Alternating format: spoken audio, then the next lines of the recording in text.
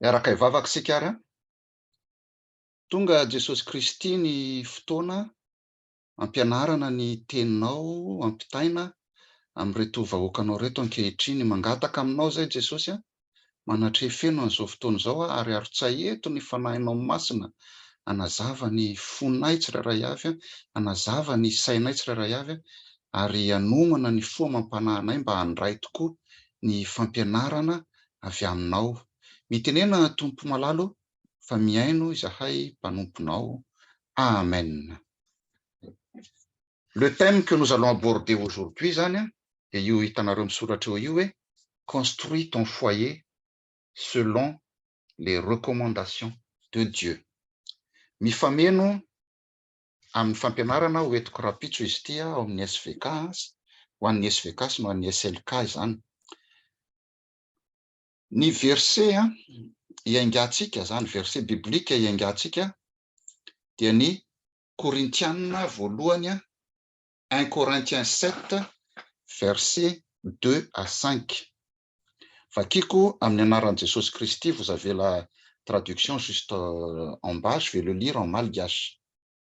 Anefa noho ny fijangajangana dia aoka ny lehilahy rehetra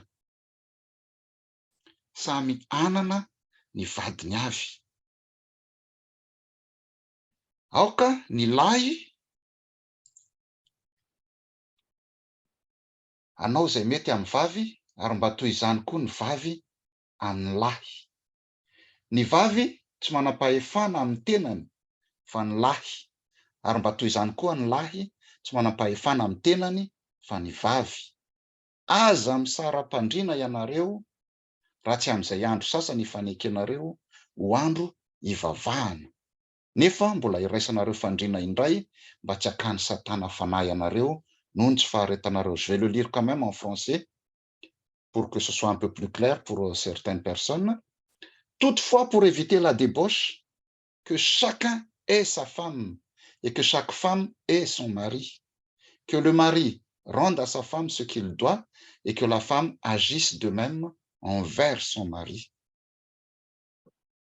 Ce n'est pas la femme qui dispose de son corps, c'est son mari. Ce n'est pas le mari qui dispose de son corps, c'est sa femme. Ne vous privez point l'un de l'autre, si ce n'est d'un commun accord pour un temps, afin de vaquer à la prière, puis retourner ensemble, de peur que Satan ne vous tente en raison de votre manque de maîtrise. Zay ihany verset hiaingantsika voalohany zany. Dans ce chapitre 7, dans le chapitre 7 de sa lettre aux Corinthiens, j'explique le contexte. Paul répond aux questions des Corinthiens, aux questions que les Corinthiens lui ont posées dans leurs lettres concernant le célibat et le mariage. Zany hoe nangataka torohevitra tamin'ny Paoly ny Korintiana izany. Zay no nahatonga ny Paul, zay nahatonga azy nanomboka tamin'ny hoe raha verset 1, satria miraisiko teo amin'ny verset 2 izy fa ny verset 1 io 1 Corinthiens dia milaza hoe ariny amin'ireo zavatra nosoratanareo ozy izy pour ce qui concerne les choses au sujet desquelles vous m'avez écrit. Zany hoe Paul namaly ny fanontaniana napetraka taminy. Le premier principe que Paul a posé est, je cite ce qu'il a dit, il est bon pour l'homme de ne pas toucher de femme. Verset 1 zay. La tenu ne pas toucher de femme dans ce contexte signifie ne pas avoir de relations sexuelles avec elle. Paul n'affirme pas que l'état de célibat est plus sain que celui du mariage. Ce n'est pas ça. Mais simplement, il dit qu'il soit préférable de rester célibataire si l'on veut se consacrer totalement au Seigneur, sans être distrait par autre chose. Tsy fantatra hoe zay angamba ny no nahatonga ny prêtre katolika tsy manambady. Introduction fotsiny zay lazaiko zay mba hahalalànareo ny contexte nisy tamin'izany fotoana izany fotsiny ny antony any anambarako an'izay. Fa ny sujet antsika androany dia mikasika ny fanambadiana na hoe vivre en couple. Tsy zavatra mora, na azo atao foana nefa izany hoe vivre en couple izany, fa tena mila fahamatorana tanteraka, mila maturité zany. Ce qu'il faut savoir, c'est que le mariage n'est pas quelque chose qui peut être pris à la légère. Parce que vivre en couple, c'est soit un duo, soit un duel. Tokantranonao rehefa tsy duo, dia lasa duel le izy. Dikan'izany dia zao, le mariage exige beaucoup de discipline, exige beaucoup de concession, de maîtrise de soi, et surtout de faire l'effort de parler le même langage sentimental et corporel. Zay no atao hoe vivre en couple. Vivre en couple n'a rien à voir avec l'amour obsessionnel, na ny coup de foudre. Ilaina zany le fampianarana ohatrao, mila tena apetraka antsika mihitsy satria zao tsy mora ny miara-miaina, satria ny olombelona dia samy manana ny toetra sy ny fomba nitaizana azy avy ny tsirairay avy. Ho an'ireo fa manambady mahafantatra an'izany izy. Fanampim-pampianarana fotsiny izany ny androany. Ho an'ireo izay mbola vao hiditra ny couple, fanorona anareo zany torohevitra vitsivitsy le izy. Ty fampianarana ity zany, ty tenin'ny Paoly Apôstôly ity, raha tena dinihana dia hoe inona zany tena hoe raha fehezina ao anatin'ny teny anankiray izy dia hoe les conditions d'un mariage réussi. Inona ny condition d'un mariage réussi? Dia mba hahafahantsika mandinika an'izay rehetrarehetra dia ho décortiquer-tsika le verset niaingana teo. Le verset 2 dit: anefa noho ny fijangajagana dia aoka ny lehilahy rehetra samy anana ny vadiny avy, ary aoka ny vehivavy rehetra samy anana ny vadiny avy. Toutefois, pour éviter la débauche, que chacun ait sa femme et que chaque femme ait son mari. Ny tena tiana ampitaina anareo dia zao ny fampiasana ny teny hoe eo le hoe avis na hoe chaque homme, chaque femme. Eto dia fanamafisana fa fanambadiana olo-tokana no resahana eto, zany hoe manambady tokana zany, monogamie. Ce verset établit donc comme principe perpétuel depuis l'origine qu'une personne n'est qu'un conjoint, n'est qu'une épouse. Zay ny dikan'iny verset 2 iny, verset 2 iny. Ny verset 3 indray dia milaza hoe aoka ny lahy anao izay mety amin'ny vavy, ary mba toy izany koa ny vavy amin'ny lahy, que le mari rende à sa femme ce qu'il doit et que la femme agisse de même envers son mari. Inona ny tiana ambara amin'izany? Dikan'izany dia zao, ici la priorité de l'un et de l'autre est de consacrer son énergie au profit de l'autre. Averiko tsara, consacrer son énergie au profit de l'autre. Si l'un est heureux par cet effort, l'autre le sera également en retour. Ça va de soi. Zay le antsoina hoe fitia mifamaly. Fitia mifamaly ozy isika malagasy. Cet amour, en fait, là, cet amour repose sur une façon de penser qui consiste à dire: je suis marié avec toi, je décide donc de rechercher ton intérêt. Je suis marié avec toi, je décide donc de rechercher ton intérêt. Zay no atao hoe fanambadiana zany. C'est un peu difficile à accepter pour certains, mais tena zany, tena izy amin'izany dia zao, ici il ne s'agit pas de trouver la bonne personne. Hein. Oui, les bonnes personnes. Il ne s'agit pas de trouver la bonne personne, mais de l'être. C'est-à-dire devenir la bonne personne. Au lieu de demander à l'autre de changer, il valait mieux que tous les deux fassent un pas l'un vers l'autre. Mais la concession, c'est ça. Missy Bookzai, hein? Moi, je vous conseille de le lire. Moi, j'ai conseillé à mes enfants de le lire. C'est un livre de Gary Chapman qui s'intitule Les langages de l'amour. Je vous conseille vraiment de le lire, ce livre-là, il est très bien. Gary Chapman, dans son livre Les langages de l'amour, a résumé qu'il y a 5 langages de l'amour. Ce langage d'Imosis. Le premier, et ces 5 langages-là, c'est vraiment pour le foyer. Hein. Dans ton foyer, le foyer va bien comme il faut en fait. Il y a le bonheur dans ton foyer. Le premier langage, c'est les paroles valorisantes. Les paroles valorisantes. C'est un point voulu, c'est. Servez-vous de vos paroles pour valoriser votre conjoint ou votre épouse. Servez-vous de vos paroles pour valoriser votre conjoint.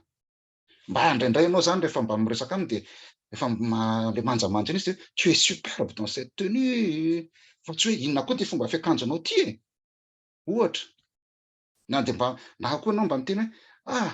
J'apprécie que tu aies fait le ménage, chérie. Hein? J'apprécie beaucoup que tu aies fait la vaisselle. Hein?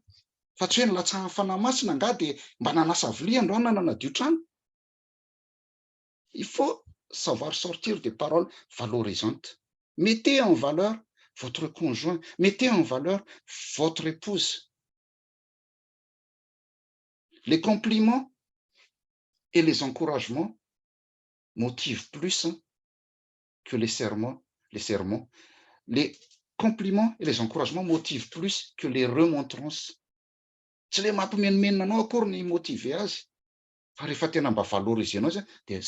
va de soi. D'ailleurs, la Bible le confirme. Proverbe 18, 21 dit la mort et la vie sont au pouvoir de la langue aux izy.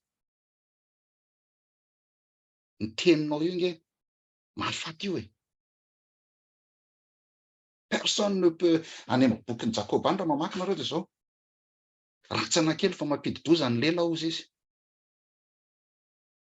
Personne ne peut maîtriser sa langue. Il faut essayer. Si on veut vivre ensemble, si on veut être heureux, il faut qu'on arrive, qu'on essaye de maîtriser notre langue, notre parole. L'amour ne consiste pas à obtenir ce que nous souhaitons. L'amour ne consiste pas à obtenir ce que nous souhaitons, hein, mais à agir dans l'intérêt de celui ou de celle que nous aimons.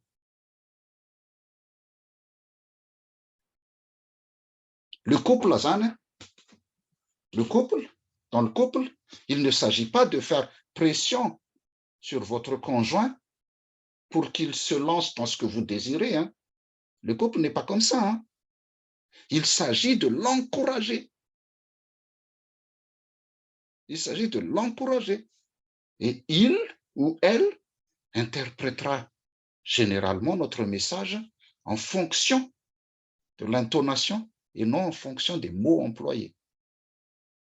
Fomba fiteninao fotsiny inge na tianao ara le olona fomba fiteninao an'le izy fotsiny on n'a pas envie de le faire.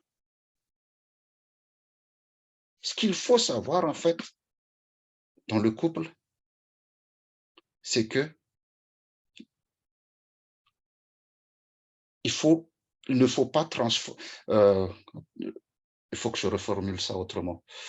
Dans le couple, ne vous transformez surtout pas en père ou en mère dominatrice, en tyran. Ne vous transformez pas en tyran. Deuxième langage de l'amour qu'on doit avoir aussi dans le couple, d'après Gary Chapman, c'est ce qu'on appelle les services rendus. Services rendus. Mais ici, il y a une phrase d'un prédicateur, moi je trouve, pour moi, c'est cette phrase-là qui résume bien ces mots, service rendu, c'est que cette phrase, c'est « ce que tu fais crie plus fort que ce que tu dis ». Ce que tu fais crie plus fort que ce que tu dis. Aider à faire le ménage, aider à faire le repas, aider à faire la vaisselle, aider à passer l'aspirateur.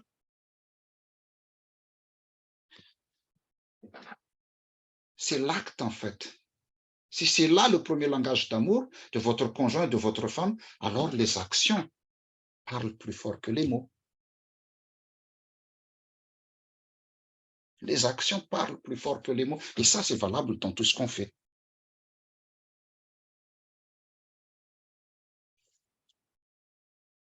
Troisième langage, c'est il faut savoir passer des moments de qualité dans la vie de couple. Parce qu'un couple, surtout izy rehefa le elaela nifadina zay, na hoe efa elaela nirahana zay na mbola tsy vita mariage ary, un couple tombe facilement dans la routine. Un couple doit prendre le temps de passer des bons moments ensemble. Hein. Des fois, on n'y pense pas, mais on a besoin aussi de partir en week-end sans les enfants, par exemple. Aller au resto, se promener, mais pas s'asseoir l'un à côté de l'autre pour regarder la télé. Hein. Parce que quand on s'assoit l'un à côté de l'autre pour regarder la télé, dans ce cas-là, c'est le programme télé qui capte notre attention, mais pas le conjoint ou l'épouse. Mba mandiningy ianareo rehefa any amin'ny restaurant, quand vous allez au resto. Je ne sais pas si vous regardez un petit peu, mais bon. Je ne sais pas si vous avez remarqué, mais quand vous regardez, on reconnaît facilement les jeunes couples, et les couples mariés au restaurant. On les reconnaît facilement. Pourquoi? Parce que généralement, les premières années, les jeunes couples se regardent et se parlent. Par contre, les personnes mariées regardent souvent ce qui se passe autour d'eux. Ndraindray tsy misy miresaka fa tonga dia samy manesikesoka fotsiny eo dia ao dia vita dia andao ody. C'est les moments ensemble qu'il faut créer. C'est des moments de qualité. Anatin'izany koa, langage anankiray tokony hananan'ny couple koa dia zao les cadeaux. Donner des cadeaux. Un cadeau communique un message et exprime aussi un amour. Ah, rehefa mba manome cadeau ianao dia il a pensé à moi aujourd'hui. Hein. Regarde ce qu'elle a fait pour moi aujourd'hui. Il faut savoir faire des cadeaux aussi. Aza mahihatry. Soyez généreux. Il y a plusieurs façons d'exprimer l'amour.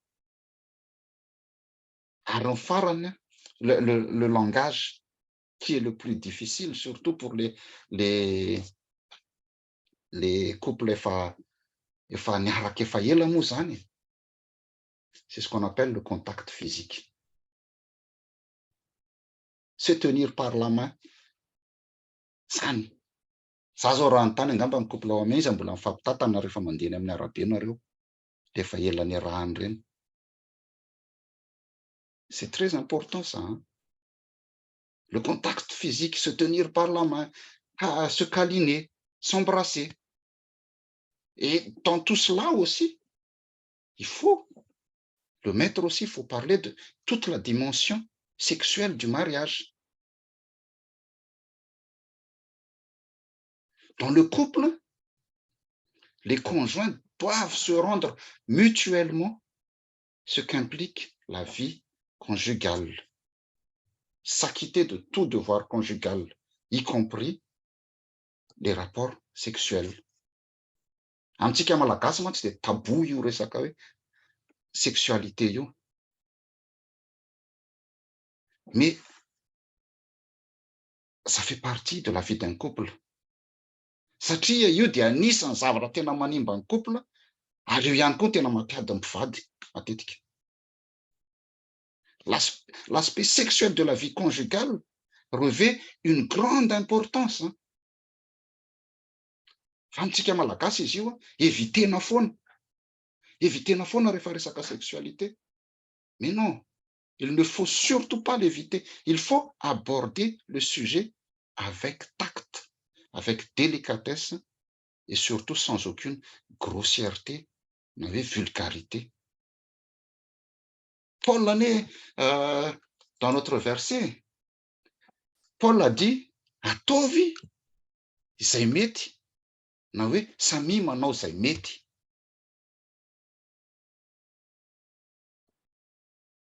La Bible s'exprime clairement sur la sexualité humaine. D'ailleurs, si vous regardez le récit de la création, dans le récit de la création, Dieu a dit, il n'est pas bon que l'homme soit seul. Il n'est pas bon que l'homme soit seul là aussi. En disant cela, Dieu a répondu à la solitude d'Adam par la création d'Ève. Et l'institution du mariage, avant de déclarer, les deux deviendront une seule chair à Osée. Unufu irayani isurua. Presque tous les commentateurs bibliques s'accordent à reconnaître que l'expression une seule chair désigne avant tout l'acte sexuel. C'est pourquoi, voilà pourquoi Dieu a réservé la relation sexuelle au mariage. Il ne s'agit pas d'une activité plaisante sans lien ni engagement. C'est l'expression particulière de notre amour et de notre engagement.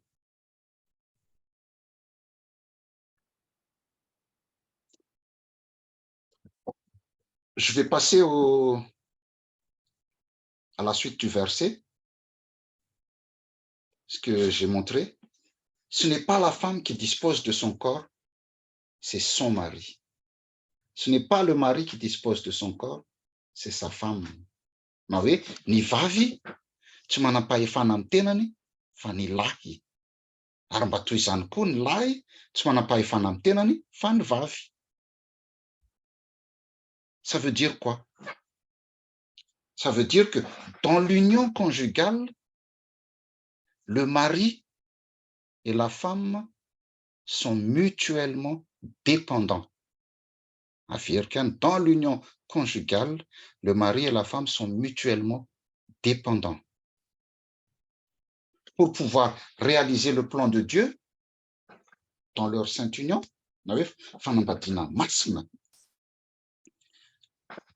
le mari et la femme doivent accepter cette interdépendance. Mais l'expérience montre que lorsque les partenaires sont souvent en désaccord et que l'un fait bande à part, cela débouche souvent sur une catastrophe. C'est soit un duo, soit un duel. Mariage veut dire couple.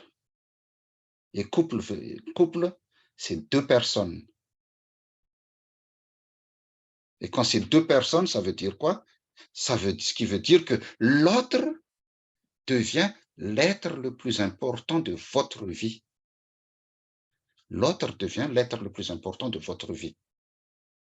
De toute façon, nous avons tout à gagner à ce que notre moitié se sente comprise, intégrée et écoutée. Rehefa mahay mifampiaino tsika, mahay mifampiresaka tsika, lamina foana io. Ary zay nge mahatonga jereo tarehantsika tsirairay avy ireo e, ny lohantsika paoziny lohantsika io.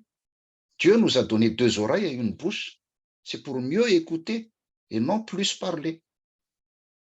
Fa raha imagine hoe vava ny nananantsika anankiroa de sofina ray ihany, nahirana be hein.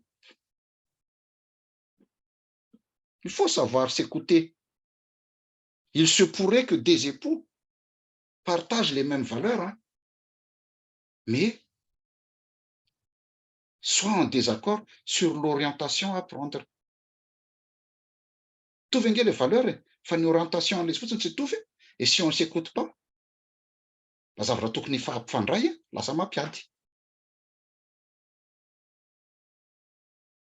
Zany hoe, si je résume le mariage ou la vie en couple hein, en trois mots, je dis bien, on essaie de résumer tout cela en trois mots. Ces trois mots-là, c'est mort à soi. Mort à soi. Vivre en couple, c'est un mort à soi. Ce n'est plus le moi qui domine, c'est le nous.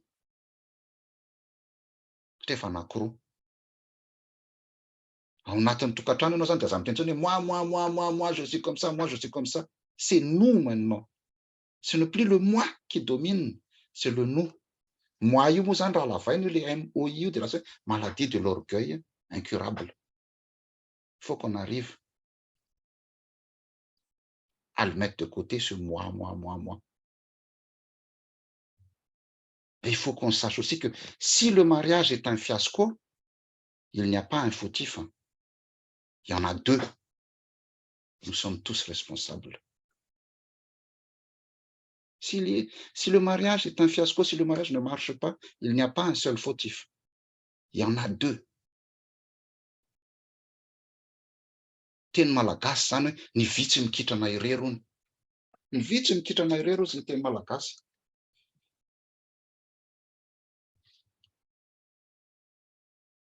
Raha jerena ny toy an'le verset de zao. On va plus loin encore. Hein? Je vais pousser encore plus loin. Aza misara-pandriana ianareo raha tsy amin'ny andro, amin'izay andro, sasany ifanekenareo ho andro ivavahana. Nefa mbola iraisanareo fandriana indray mba tsy hakany satana fanahy anareo noho ny tsy faharetanareo ozy izy.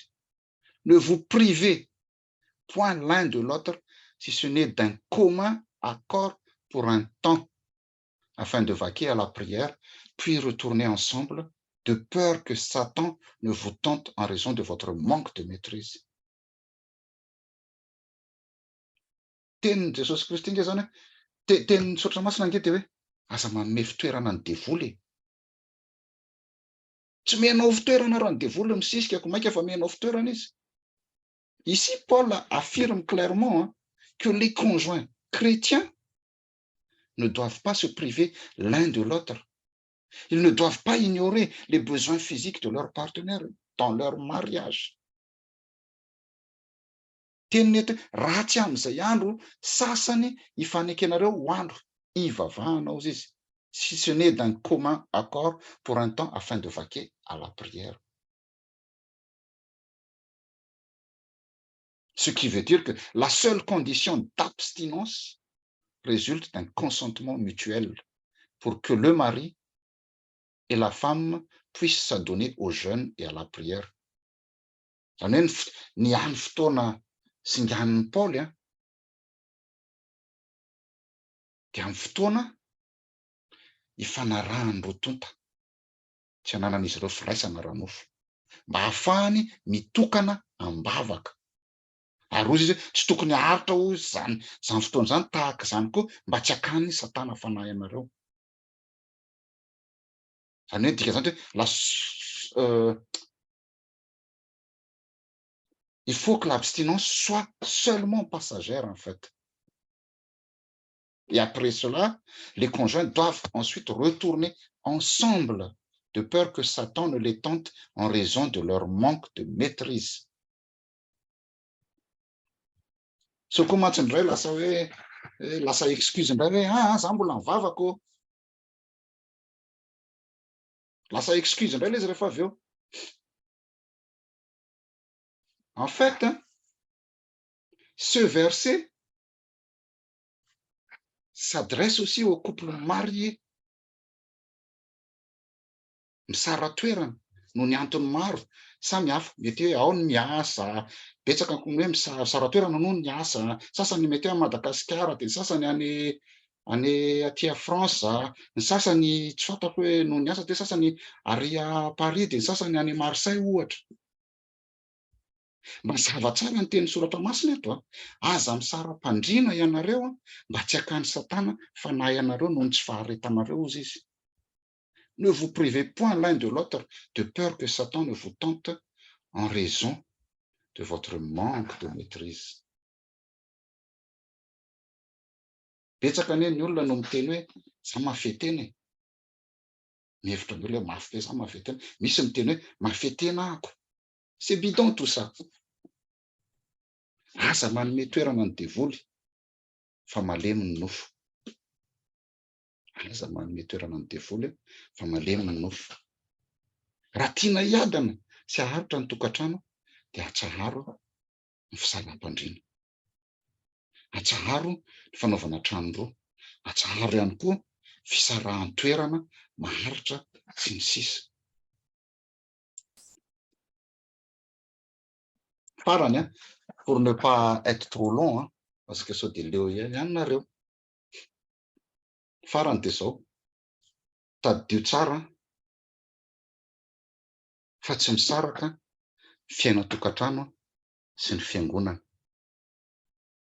Zay no antony nakana fotoana nanazavana amintsika ny tokony ho fiaina ny tokantrano kristianina.